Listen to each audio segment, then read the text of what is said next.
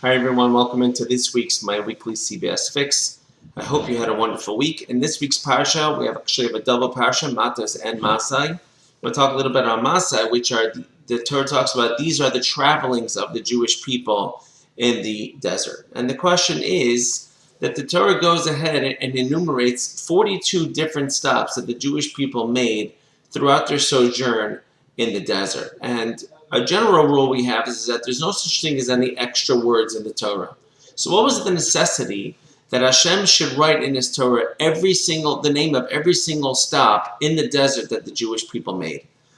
And the Medrash teaches us the following, an incredible idea, that Hashem doesn't hold back reward of any single creature in this world. And the Midbar, the desert, because it hosted the Jewish people, so therefore Hashem rewarded the desert by naming every single stop in the desert in which the Jewish people were hosted for this great mitzvah that the desert did. Now this should boggle our mind. Just go, 1 second. The desert didn't choose to host the Jewish people, and it didn't even have a choice whether it wanted to host them or not. So what is this idea that Hashem is rewarding the desert by the fact that they hosted the Jewish people? So from here we learn an incredible lesson. That if Hashem wants to pay back a desert that didn't even choose of its own, yet still it's going to reward it by giving it eternal mention in His Torah.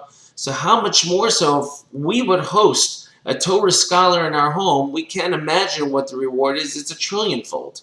So the Torah is teaching us this lesson, that if Hashem is going to reward a completely mindless desert with it being mentioned forever in His Torah, so how much more so are the acts that we do cherished by Hashem, that we are also forever mentioned in Hashem's history books. And one day we'll come upstairs and Hashem will have a whole long book of all the different things that we did, all the different mitzvahs that we did.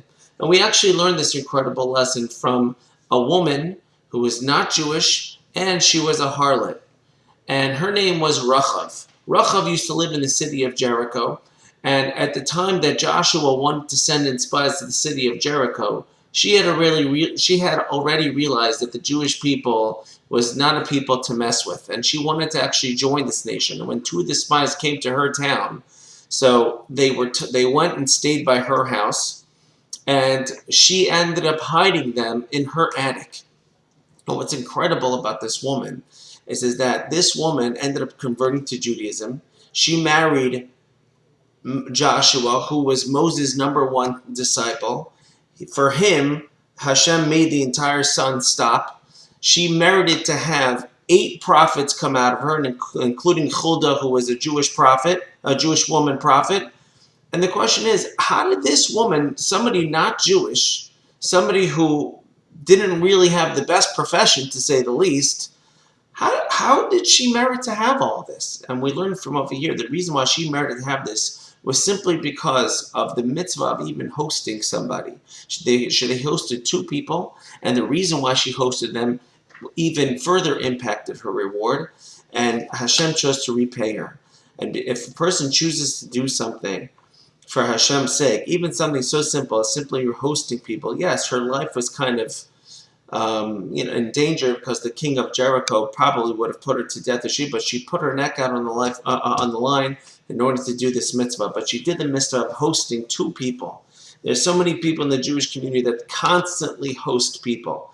There's rabbis and women out there that are constantly not only hosting them, but they're looking to have them over.